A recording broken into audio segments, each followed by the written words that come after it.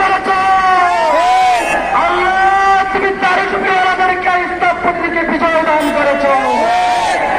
আমরা বর্তমান সরকারকে বলতে চাই, যে রক্তের মাধ্যমে স্বৈরাচারের পতন হয়েছে, সেই রক্তের সূচনা এই সরকার তত্ত্ব থেকে হয়েছিল।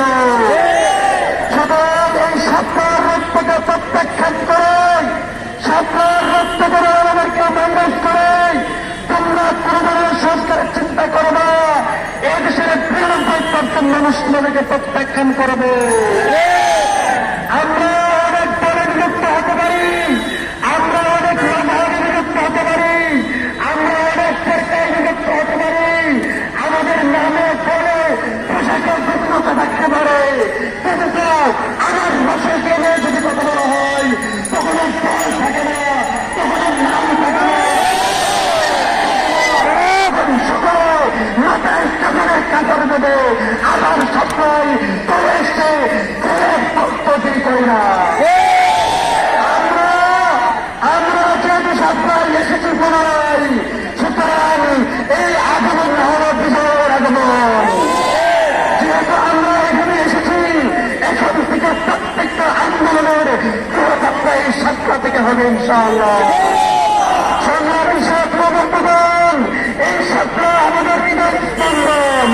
আমরা এই সত্তা ভুলে যাই না। এই সত্তা আমাদের হৃদয়ের প্রত্যক্ষণ তৈরি করে। হেফাজতের রাতে রাত 2:30টায় এখানে সবাই পদযাত্রী রক্তাক্ত করেছি।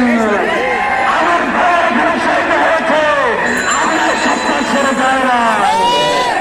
আমরা সরকারকে বলতে চাই, এতক্ষণে যথেষ্ট আলোচনা হয়েছে।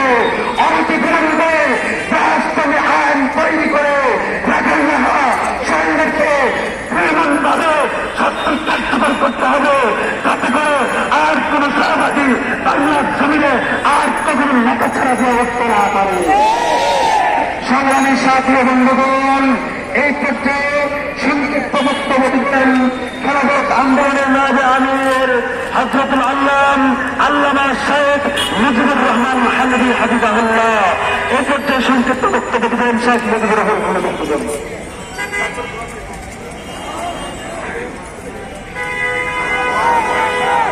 বিসমিল্লাহির রহমানির রহিম। সংগ্রামী তৌহিদি জনতা, নাস্তিক